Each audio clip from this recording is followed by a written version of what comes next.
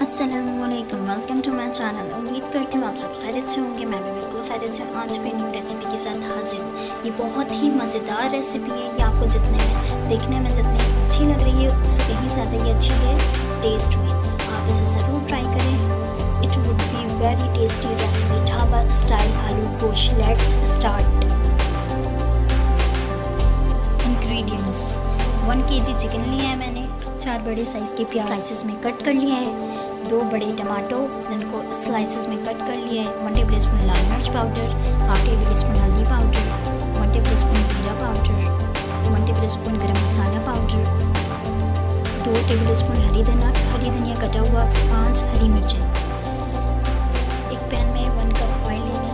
मैं इसमें शामिल करूँगी पतले स्लाइसेस में कटे हुए प्याज। और अब हमने प्याज को रेड करना है। मैं इसके बीच में ही सॉल्ट इस्तेमाल कर रही हूँ। मैंने 1/2 टेबल स्पून। जब आप प्याज को लाल करते हुए सॉल्ट डालते हैं तो प्याज बहुत जल्दी ब्राउन होता है। प्याज हमारा ब्राउन हो चुका है। मैं इसमें शामिल करूँगी टमाटर कटे हुए। अब मैं अच्छी तरह टमाटर को गलाऊँगी 2 मिनट के लिए। अब मैं इसमें शामिल करूँगी 1 टेबल स्पून अदरक लहसुन का पेस्ट। अब मैं इसमें शामिल करूँगी सारे मसाले। 1/2 टेबल स्पून गरम मसाला इसमें शामिल कर रही हूँ अभी, और 1/2 टेबल स्पून ज़ीरा पाउडर। और सारे मसालों को आपने अच्छी तरह से भूनना है 5 to 6 मिनट। मसाला हमारा भून चुका है। अब मैं इसमें शामिल करूँगी 2 टेबल स्पून गरम मसाला पाउडर। अब मैं इसमें शामिल कर रही हूँ चिकन। हमें मसालों में चिकन को अच्छी तरह भूनना है 5 मिनट के लिए। मेरा चिकन भुन गया है। अब मैं इसमें शामिल कर रही हूँ 1/2 कप वाटर। 1/2 कप वाटर शामिल करने के बाद मैं इसे अच्छी तरह से मिक्स करूँगी। आपने मसालों में अच्छी तरह चिकन को मिक्स करना है। जितना अच्छी तरह से मसाला हमारा चिकन में मिक्स होगा उतनी ज़्यादा अच्छा होगा टेस्ट होगा। मसाला बहुत अच्छी तरह मसाला हो गया चिकन में। जब सूख गया मैं शामिल करूँगी पोटैटो। 1/2 किलो आलू लिया मैंने।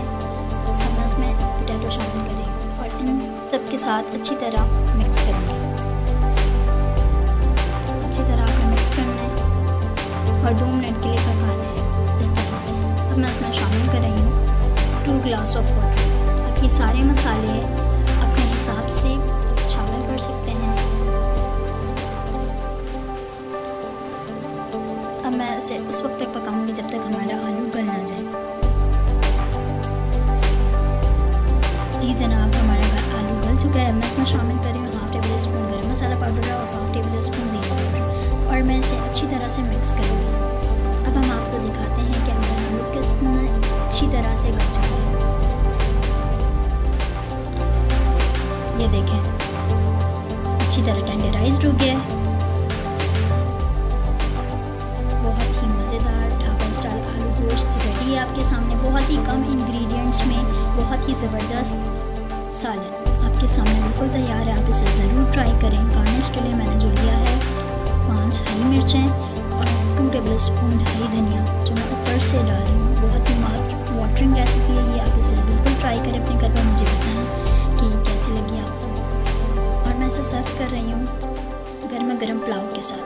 आप इससे नान के साथ भी खा सकते हैं, पराठे के साथ भी खा सकते हैं, सादे चावल के साथ भी खा सकते हैं। बहुत ही मज़ेदार रेसिपी है। मेरे चैनल को लाइक करें एंड सब्सक्राइब करें।